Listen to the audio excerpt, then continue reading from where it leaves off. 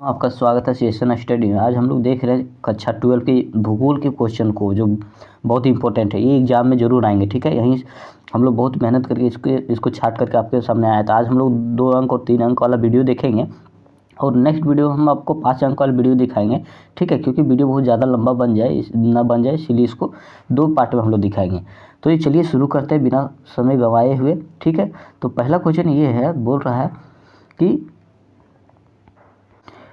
1930 के दशक में तीन विचारधाराओं का उदय हुआ था। तो इसका क्या आंसर हो जाएगा? मानवतावादी विचारधारा, आमूलवादी विचारधारा एवं व्यवहारवादी विचारधारा, ठीक है। तो आपको एग्जाम में इसी प्रकार लिखना है, कोई लंबा चौड़ा करने की जरूरत नहीं है, ठीक है। नेक्स्ट क्वेश्चन है, आयु लिंग पिरामिड से आप क्या समझते हैं? तो जो आयु लिंग का जो पिरामिड होता है उससे आप क्या समझते हैं दोस्तों? तो आयु लिंग पिरामिड एक प्रकार का रेखा चित्र है, इस तरह का रेखा चित्र है जिसमें किसी क्षेत्र की जनसंख्या को विभिन्न आयु वर्गों के पुरुषों और स्त्रियों की संख्या को व्यक्त करने के लिए किया जाता है, ठीक है। तो आयु लिंग पिरामिड क्या है? आयु लिंग पिरामिड में हम लोग पुरुष और स्त्रियों की आयु के वर्गों का, है ना, उसको जनसंख्या की दृष्टि से दिखाने के लिए इस पिरामिड का प्रयोग करते हैं, ठीक है। नेक्स्ट क्वेश्चन है, अभ्रक का उपयोग मुख्यतः किस क्षेत्र में किया जाता है? तो अभ्रक का उपयोग मुख्यतः किस क्षेत्र में किया जाता है?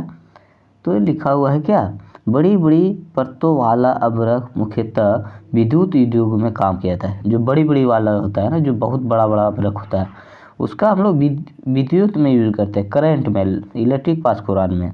विद्युत का अंशवाहक होने के कारण इसका उपयोग कंडेंसर, है ना, क्योंकि विद्युत का बहुत अच्छा अंशवाहक होता है, इसीलिए इसका प्रयोग कंडेंसर बनाने में, कम्यूटेटर बनाने में, टेलीफोन बनाने में, डायनेमो बनाने में आदि में काम होता है, ठीक है। ये सब चीज़ बनाने में जो है आपका अभ्रक का प्रयोग किया जाता है। और उसके बाद क्या होता है? पारदर्शक तथा तापरोधक होने के कारण यह लेप की चिमनी, स्टोव, भट्टियों आदि में प्रयुक्त होता है। तो क्या होता है? तो बोल रहा है क्योंकि ये जो है पारदर्शक और तापरोधक होता है, ये बहुत ज़्यादा हीट को सह सकता है। इसको यदि गर्म करेंगे तो जितना गर्म कीजिए इसमें कोई प्रभाव नहीं पड़ता है, इसलिए इसको क्या करते हैं? लेप की चिमनी, है ना, जो हम लोग आग जलाते हैं उसमें जो चिमनी लगाते हैं उसका प्रयोग बनाने में अभ्रक का ही प्रयोग करके उसको बनाते हैं। फिर स्टोव बनाने में होता है, भट्टियों को बनाने में होता है ना।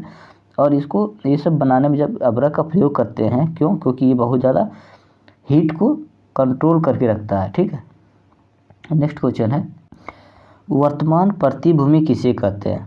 है ना, तो प्रति जिसमें कोई अन्न का खेती नहीं किया जाता है उसे बोलते हैं प्रति। तो प्रतिभूमि वह सीमांत भूमि है जिस पर प्रतिवर्ष कृषि नहीं की जाती है ना, प्रत्येक वर्ष उस पर खेती नहीं होता है। यह 1 या 2 वर्ष के लिए खाली छोड़ दी जाती है जिससे मृदा उपजाऊ बन सके, ठीक है। जैसे मान के चलिए इस बार आप उसमें सरसों का खेती किए, ठीक है, जिसको लोटनी बोलते हैं। तो उसका जब खेती किए उसके बाद फिर आप अगले साल यदि उसी का सरसों कीजिएगा तो देखिएगा उसमें जो पैदावार हुआ, जो आपका पिछले साल मान के लिए 50 लीटर आपका उसमें तेल निकला, तो इस पर आपका 28 लीटर तेल निकलेगा, बहुत कम हो जाएगा। तो इसके लिए क्या किया जाता है? 1 साल छोड़ करके उसमें खेती किया जाता है, उसी को बोलते हैं वर्तमान प्रतिभूमि, ठीक है। तो नेक्स्ट क्वेश्चन है, संचार सेवा से आप क्या समझते हैं? तो संचार मीन्स क्या? तो एक दूसरे से बात करना, कम्युनिकेशन करना। तो इसके क्या फ़ायदे हैं? तो आधुनिक युग में संचार के बहुत सारे माध्यम हो गए हैं, जैसे कि इंटरनेट सेवा, मोबाइल सेवा और भी बहुत सारे संचार के माध्यम हैं जिनके द्वारा हम अपनी बात को एक स्थान से दूसरे स्थान तक पहुंचा सकते हैं। लेकिन पहले डाक द्वारा ही लोग अपनी बात को लिख कर या एक स्थान से दूसरे स्थान तक पहुँचाते थे, तो उसको बोलते हैं संचार सेवा। संचार मतलब बातें करना। तो हम बातें जो है किससे करते हैं? इंटरनेट सेवा के थ्रू करते हैं, है ना, डायरेक्ट वीडियो कॉलिंग से, मोबाइल सेवा से, फ़ोन करके करते हैं। लेकिन पहले जब ये दोनों नहीं था तो हम लोग क्या करते थे? लेटर के थ्रू एक दूसरे से बात करते थे। इसमें बहुत सारी डिमेरिट होती थी। जैसे हमको आज का बात कल के लिए जानना है तो उसके लिए हमको 6 महीना पहले या 2 महीना पहले या 1 महीना पहले हमको लेटर लिख करके भेज देना पड़ता था, ठीक है। तो ये होती है संचार सेवा। नेक्स्ट क्वेश्चन है, मानव बस्ती किसे कहते हैं? तो किसे कहते हैं मानव बस्ती? तो एक स्थान जो साधारणतः अस्थायी रूप से बसा हुआ हो उसे मानव बस्ती कहते हैं। वैसा स्थान जहाँ साधारणतः आदमी रहता हो, है ना, उसे कहते हैं मानव बस्ती। मतलब मानव की बस्ती जहाँ लोग रहते हों, ठीक है। मानव विकास के 4 स्तंभ कौन कौन से हैं?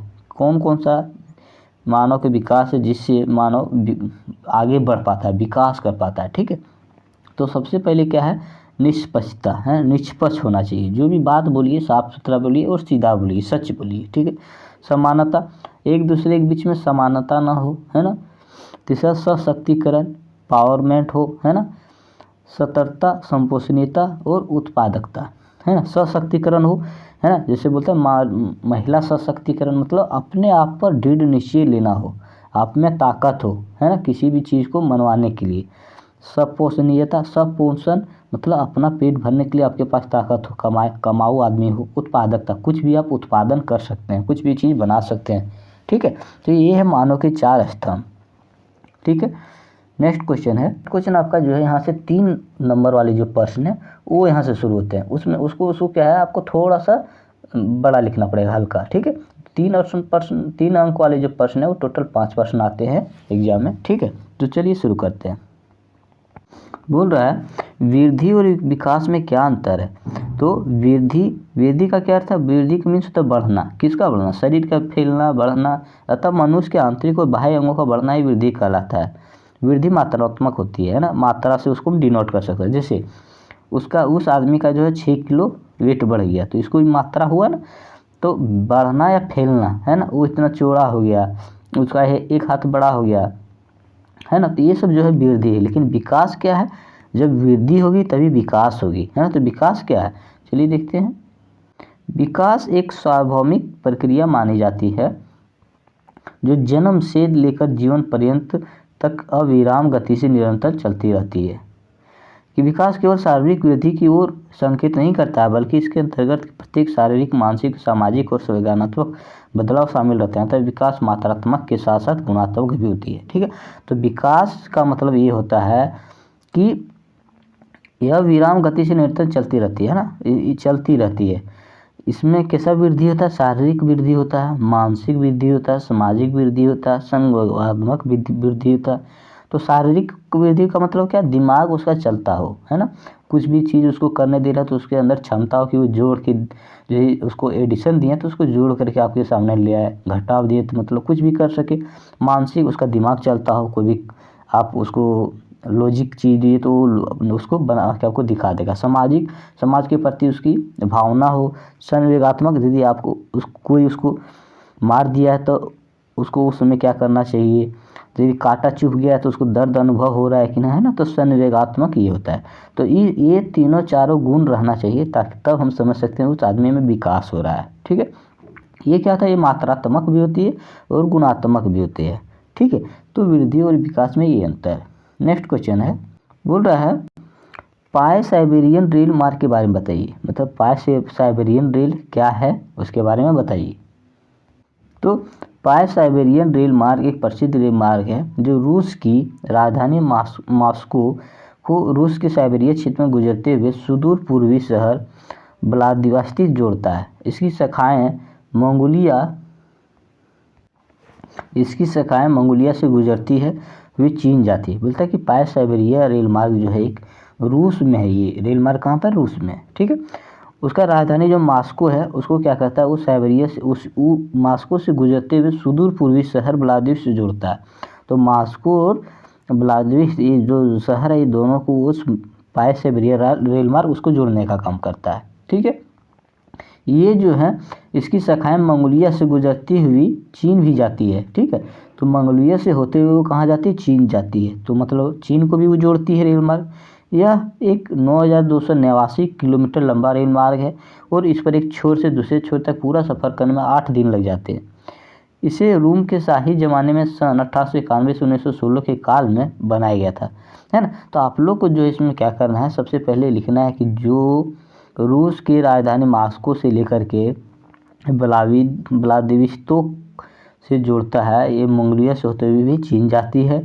इसका इतना किलोमीटर रेल मार्ग लंबा है, इतने दिन में पहुंचती है, इतना शुरू हुआ था, है ना। तो ये सब इम्पोर्टेंट आपको पॉइंट में लिख भी दीजिएगा तो आपको 3 नंबर मिल जाएगा। ठीक है, और क्या है, यह पूरा सफ़र करने में 8 दिन लग जाता है।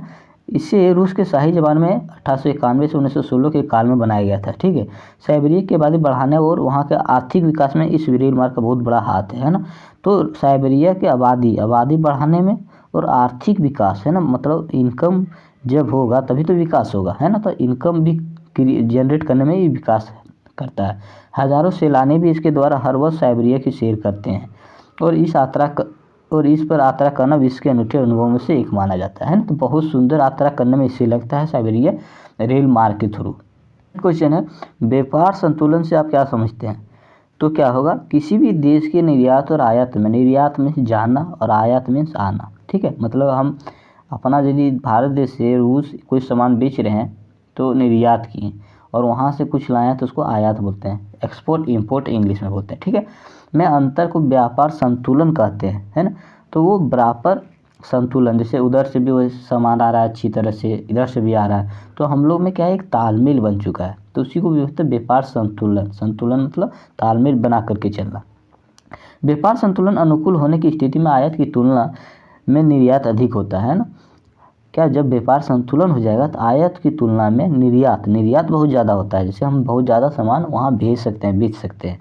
व्यापार संतुलन प्रतिकूल होने की स्थिति में निर्यात की तुलना में आयात अधिक होता है ना। लेकिन यदि संतुलन नहीं हो पाएगा तो उधर से सामान हम लोग देश में ज़्यादा आएगा और हमारा सामान कम जाएगा, कम बिक्री होगा वहाँ पर। ठीक है, नेक्स्ट क्वेश्चन है, स्वास्थ्य शहर क्या है?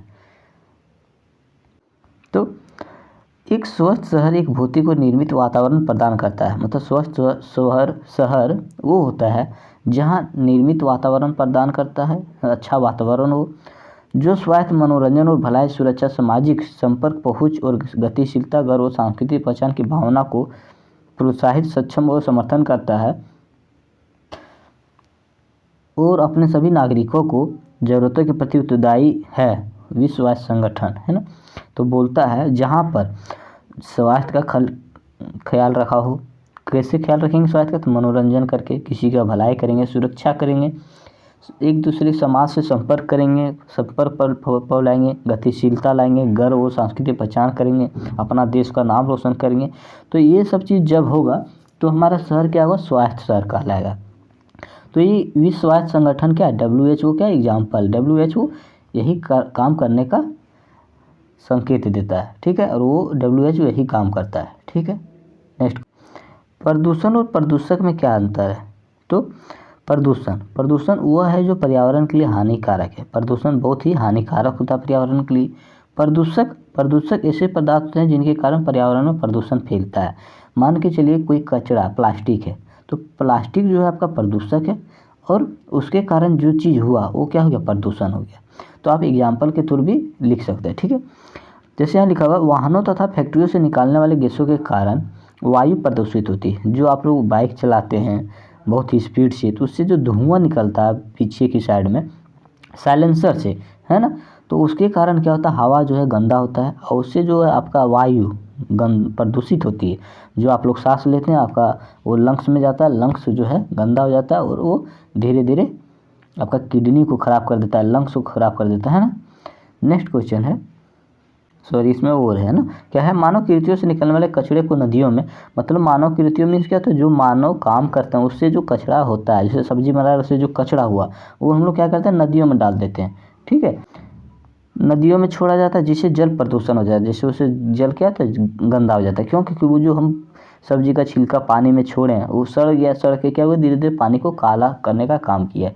लोगों द्वारा बनाए गए अवशेष को पृथक न करने के कारण बने कचरे को फेंके जाने से भूमि प्रदूषण हो जाती है। इसी तरह हम यदि अपने ज़मीन में यदि प्लास्टिक फेंक दिए, बहुत सारा चीज़ फेंक दिए, तो वो धीरे धीरे भूमि भी जो है पूरा गंदा हो जाता है और बंजर हो जाता है। उसमें हम लोग कुछ भी यदि खेती करना चाहेंगे तो खेती सक्सेसफुल नहीं होगा। ठीक है, नेक्स्ट क्वेश्चन है, क्या बोला जा रहा है, गेहूं उत्पादन के अनुकूल वातावरण को होने करें। मतलब हमको यदि गेहूं का खेती करना है तो हमको मेरा वातावरण जो है कैसा होना चाहिए, तो आपको इसी तरह पॉइंट में लिखना है, लंबा चौड़ा लिखने से कोई ज़रूरत नहीं, मेन पॉइंट लिख दिए। तो क्या बोलता है, जलवायु ठंडी होना चाहिए। आप जानते हैं गेहूँ का खेती कब होता है, ठंडा दिन में होता है।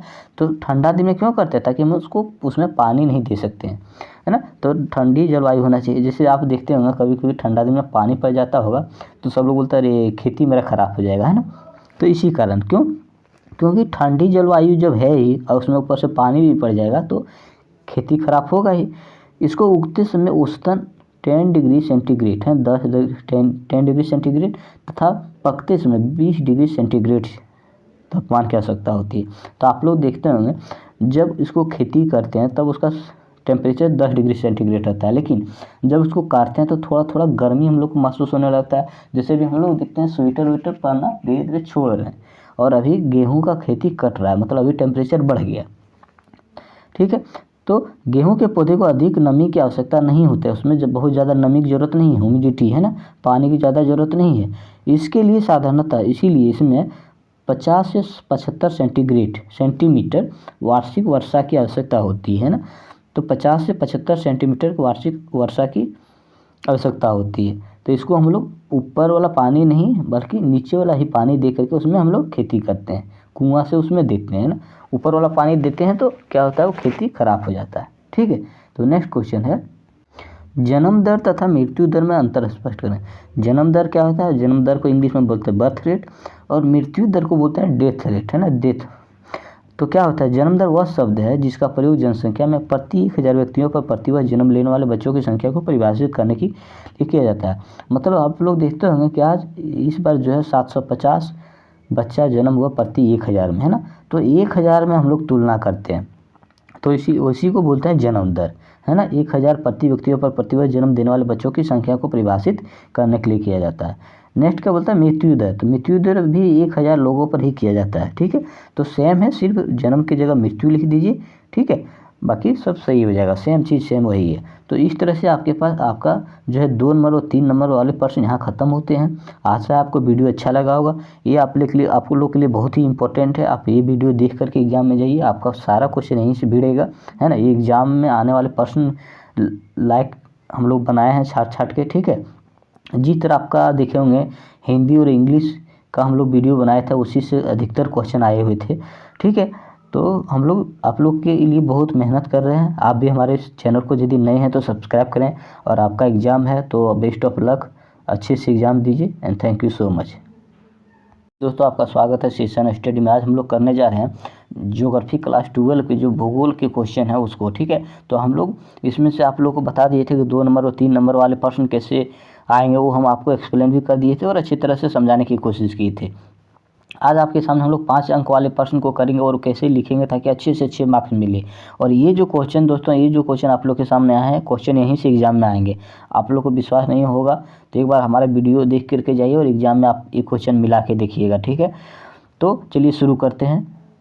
यदि आपको हमारे वीडियो पर विश्वास नहीं है तो आप क्या करें ना, हिंदी और इंग्लिश के जो क्वेश्चन आए हुए थे और प्लस हमारा वीडियो देख करके दोनों आप मिला करके देख लीजिए, ठीक है। तो आपको विश्वास होगा कि सर झूठ बोल रहे हैं या गलत बोल रहे हैं, ठीक है। झूठ बोलने से हमको क्या मिलेगा दोस्तों, ठीक है। आप लोग का भलाई के लिए ही वीडियो बनाया है, हम आप लोग का भला ही चाहेंगे। तो चलिए बिना समय गवाए शुरू करते हैं। क्या लिखा हुआ है, मानव विकास अवधारणा के 4 स्तंभों का उल्लेख करें। तो आपको हम लोग ये 2 नंबर में भी क्वेश्चन आप लोग को दिए हुए थे और इसमें भी दिए हुए थे, लेकिन दोनों में अंतर क्या है, दोनों में सेम चीज़ है, लेकिन आपको जब भी 5 नंबर का लिखिएगा तो थोड़ा थोड़ा सबको एक्सप्लेन करना पड़ेगा। तो समानता, उत्पादकता, सशक्तिकरण और स्थिरता, तो ये 4 स्तंभ है और चारों स्तंभ को हम लोग क्या करेंगे, थोड़ा थोड़ा एक्सप्लेन करेंगे। तो बोलता है, प्रत्येक व्यक्ति को उपलब्ध संसाधनों के लिए समान पहुँच की व्यवस्था करना समता कहलाता है। लोगों को उपलब्ध अवसर धर्म, नस्ल, जाति, लिंग, स्थान, भेदभाव के विचार के बिना समान होना चाहिए। समानता मीन्स कहता है सभी को हम लोग को एक समान नज़र से दिखना चाहिए। यदि कोई छोटी जाति की है तो उसे भी समानता देने के लिए उसे कुछ छूट देनी चाहिए।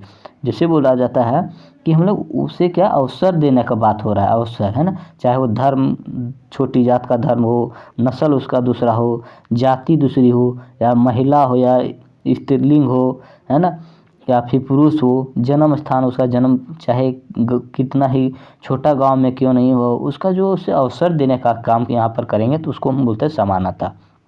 नेक्स्ट है उत्पादकता। उत्पादकता क्या है, तो उत्पादकता का अर्थ है मानव श्रम उत्पादकता या मानव कार्य के संदर्भ में उत्पादकता। मानव श्रम, जब मानव लोग काम करेंगे तो उत्पादकता खुद बढ़ेगा। लोगों की कार्य क्षमता में वृद्धि, है ना, कार्य करने की क्षमता में वृद्धि होगा तभी उत्पादकता बढ़ेगा। करके ऐसी उत्पादकता में निरंतर वृद्धि की जानी चाहिए। किसी राष्ट्र का सबसे मूल्यवान संसाधन मानव संसाधन है। यदि कुछ मूल्यवान कीमती संसाधन है तो मानव संसाधन है। मानव के पास जितना ज़्यादा संसाधन रहेगा उतना ज़्यादा उत्पादकता बढ़ेगा। मतलब जैसे मान के चलिए कुछ चीज़ हम खेती कर रहे हैं, मेरे पास अभी पानी डालने का मशीन आ गया है तो हम खेती जल्दी आसानी से कर सकते हैं। लेकिन पहले क्या था, कुआं से बाल्टी से खींच के हम लोग देते थे तो खेती होता था, उसमें बहुत मेहनत लगता था, महंगाई भी ज़्यादा होता था, है ना। लेकिन अभी हम लोग आसानी से कुछ भी चीज़ कर सकते हैं। और क्या है, मानव संसाधन कार्य क्षमता में वृद्धि करने के लिए उसे उत्तम स्वास्थ्य, शिक्षा और अवसर प्रदान करना चाहिए। मानव अच्छे से वृद्धि कर सके उसके लिए हमको क्या देना चाहिए, उसे उत्तम स्वास्थ्य, अच्छे स्वास्थ्य हो उसके लिए हम लोग फ्री में दवा बांटना चाहिए, ठीक है। और उसे शिक्षा देना चाहिए। मान के लिए वो कोई चीज़ का खेती कर रहा है, उस खेती का उसको नॉलेज नहीं है, ज्ञान नहीं है, वो कहीं पर भी धान बो दिया है, उसमें खाद नहीं दिया है, घास उसमें है ही, तो क्या होगा, खेती अच्छे से नहीं होगा, मेहनत गया पानी में, इसको बोलते हैं ना। नेक्स्ट है सशक्तिकरण। तो सशक्तिकरण क्या है, किसी क्षेत्र में निवास करने वाले व्यक्तियों को सामाजिक एवं आर्थिक शक्ति प्रदान करने की विकल्पों के अवसर उपलब्ध कराना। मनुष्य में ऐसी शक्ति बढ़ती हुई स्वतंत्रता और क्षमता से आती है। लोगों को सशक्त करने के लिए सुशासन एवं लोकमुखी नीतियों की आवश्यकता होती है। वर्तमान समय में मानव विकास सूचकांक की दृष्टि से निम्न स्तर पिछड़े हुए समूहों के देशों के सशक्तिकरण को विशेष महत्व है। मतलब यहाँ ये बोला जा रहा है, यदि हमको मानव को सशक्तिकरण बनाना है या महिला को सशक्तिकरण बनाना है तो उसको सामाजिक और आर्थिक दृष्टि से उसको सपोर्ट करना पड़ेगा, है ना। तो उसको स्वतंत्रता, क्षमता, ये सब तो सब जितनी उसको ज़रूरत होती है ना, उसको आगे बढ़ने के लिए सब कुछ प्रदान करना पड़ेगा। नेक्स्ट है स्थिरता। तो स्थिरता तब होती है जब विकास के दौरान पर्यावरण और अनुवांशिक गड़बड़ी के बावजूद विकसित अनुकूली विकासमत का पर्यवेक्षक प्राप्त किया जाता है। तो स्थिरता कब आती है, जब चारों तरफ से समय बैलेंस किया जाए। तो स्थिरता कब आएगी, जब विकास के दौरान यदि कोई चीज़ डेवलप हो रहा है उसके दौरान पर्यावरण और अनुवांशिक गड़बड़ी जो है उसके बावजूद भी यदि उसमें कुछ विकसित अनुकूल विकासमत तक पर्यवेक्षक प्राप्त कर ले व्यक्ति, तो उसको हम स्थिरता बोलते हैं, ठीक है। नेक्स्ट क्वेश्चन है, चलवासी पशु चारण और वाणिज्य पशुधन में पालन में क्या अंतर है। चलवासी पशुचारण और वाणिज्य पशुधन में अंतर बताना है, ठीक है। तो चलवासी पशुचारण एक प्राचीन जीवन निर्वाह व्यवसाय है। पशुचारण जो है, पशु को चराने का जो है प्राचीन पुराने समय में ये जीवन निर्वाह का मतलब कैसे हम अपना जीवन जी सकते हैं, वो व्यवसाय था। व्यवसाय मतलब बिजनेस होता है, जिसमें पशुचारक अपने भोजन, वस्त्र, शरण और औजार यातायात के लिए अपने पशुओं पर निर्भर करता था, है ना। जो क्या पशुचारक जो था वो भोजन, वस्त्र, शरण और औजार, जो चारों चीज़ था वो अपने पशु पर ही निर्भर करता था। पशुचारक पानी और चरागाहों की खोज में मैदानी भागों तथा पर्वतीय क्षेत्रों में लंबी दूरियां तय करता था। पशु को चराने के लिए जब वो चरा रहा है उसको तो खिलाने के लिए क्या करता था, बहुत दूर चल जाता था, है ना। पर्वतीय क्षेत्र में जाता था, खोजी मैदानों में जाता था और ये चीज़ खोजता था। वाणिज्य पशुधन पालन क्या होता है, तो वाणिज्य पशुधन पालन पशुपालन, इसको हम पशुपालन बोलते हैं, पशु को पालना, ठीक है। वैज्ञानिक आधार पर पशुओं का पूंजी गहन और संगठित पालन है। वाणिज्यिक पशुपालन की मुख्य विशेषता है, क्या विशेषता है, तो यह अस्थायी फार्मों में किया जाता है। मतलब उसके लिए क्या एक जगह बना दिया जाता है और वहाँ पर हम लोग जानवर को जो है गाय चाहे या भैंस या कुछ भी पाल रहे हैं या बकरी, तो इसको पशुपालन बोलते हैं। वैज्ञानिक तरीके से पशुओं के पालन का कार्य किया जा रहा है। मतलब वाणिज्यिक पशुधन पालन में क्या जाता है, वैज्ञानिक तरह से जो है पशु का पालन किया जाता है, उसी को क्या बोलते हैं, वाणिज्यिक पशुधन पालन, ठीक है। लेकिन जो आपका है चलवासी पशुचारण, तो चलवासी, चल मतलब चलना, वासी का चलना मतलब जो वास करता है वो चल करके पशु को पालता है, तो उसको बोलते हैं चलवासी पशुचारण, है ना। देखते हैं वो क्या जंगल में खोजी मैदानों में चल के उसका खाने पीने का चीज़ भी खोजता है और उसका पालन करता है।